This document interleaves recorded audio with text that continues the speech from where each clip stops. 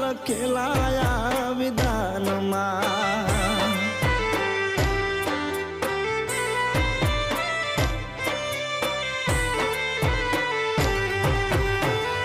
એક ભવમાં નહીં કરે બીજો ભવ મારી પદમાં વેઠી નહીં વેઠાય એનાથી મારા